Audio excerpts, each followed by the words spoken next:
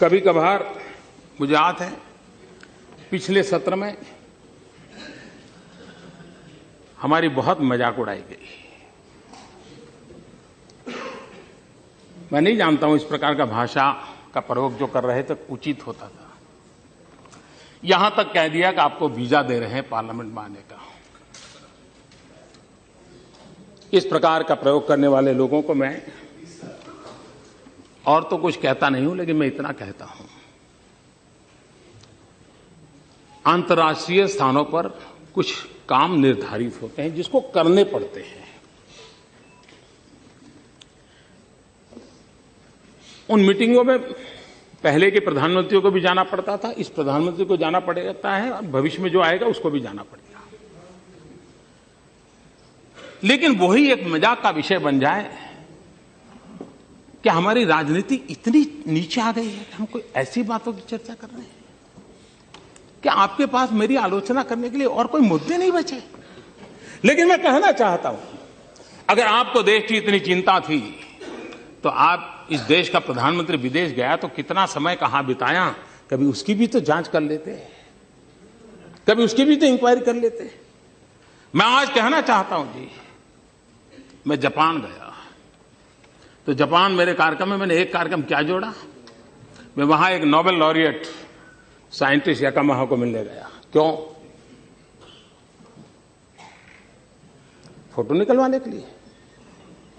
मैं इसलिए किया गया कि उन्होंने स्टेम सेल के अंदर जो रिसर्च की है, मैंने जितना पढ़ा था तो मेरे मन में आया था शायद इनकी एक खोज हमारे काम आ सकती है क्या। क्योंकि मैं जानता हूं मेरे देश के आदिवासी, उन आदिवासियों को परंपरागत रूप से सिकल सेल की भयंकर बीमारी से जूझना पड़ रहा है और सिकल सेल की बीमारी कैंसर से भी भयंकर होती है। जिन्होंने सिकल सेल की बीमारी वालों के विषय में पूछा है तो पता चलेगा ये कितनी पीड़ादायक होती है और पीढ़ी दर पीढ़ी चलती है। अभी तक उसकी कोई दवाई नहीं मिली है। एक आशा लगी है कि स्टेम सेल के द्वारा सिकल सेल की बीमारी से मुक्ति हो जाए। हम गए तो वहां गए, उनसे चर्चा की और बेंगलोर के हमारे साइंस इंस्टीट्यूट के साथ आज उस दिशा में हमारा काम हो रहा है कि स्टेम सेल्स के द्वारा हमारे युवा साइंटिस्ट कुछ खोज करें। मेरे आदिवासी भाइयों को पीढ़ी दर पीढ़ी जो परेशानियों से जिंदगी गुजारनी पड़ती है उससे वो बाहर आए। हम ऑस्ट्रेलिया गए, G20 समिट में गए। हम कहां गए? मैं उस किसानों के साइंटिस्ट, एग्रीकल्चर साइंटिस्टों को मिलने गया, उनके लैब में गया जिन्होंने प्रति हेक्टर ज्यादा चना उगाने का और सबसे खराब धरती पर चना उगाने का सफल प्रयोग किया था, रिसर्च किया था। कहीं पढ़ा था मैंने, मेरे मन में पढ़ा था, मैं उनके पास गया।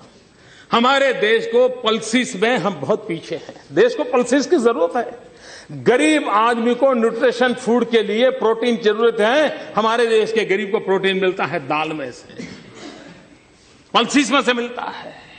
अगर हमारा किसान अच्छी मात्रा में पल्सिस पैदा कर सकता है, अगर प्रति हेक्टर ज्यादा पल्सिस पैदा कर सकता है तो उसको भी अच्छी आय मिलेगी और हमारे गरीब का भी भला होगा।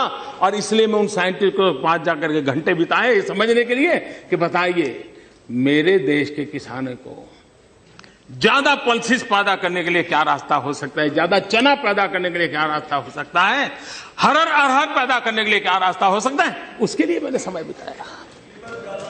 मैं एक और साइंटिस्ट के पास गया, इस बात के लिए गया मिलने के लिए कि उन्होंने केले में कुछ नई खोज की थी। मैं समझना चाहता, मुझे पूरा पता नहीं था तो मैं ऐसे ही चला गया उनके पास, उनके साथ बैठा, उनकी लैब देखी, उनके प्रयोग देखे। उन्होंने केले में न्यूट्रिशन वैल्यू बढ़ाने में बहुत सफलता पाई है, अधिक विटामिन को पाने की सफलता पाई है।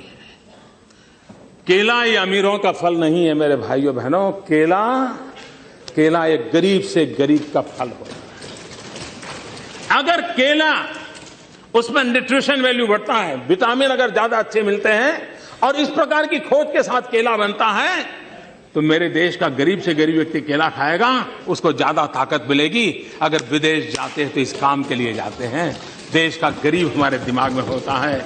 देश का आदिवासी हमारे दिमाग में होता है, देश का किसान हमारे दिमाग में होता है, और दुनिया में जो भी अच्छा है, जो मेरे देश के गरीबों के काम आए, उसको लाने की एक तड़प होती है। उस तड़प के लिए हम कोशिश करते हैं, और इसलिए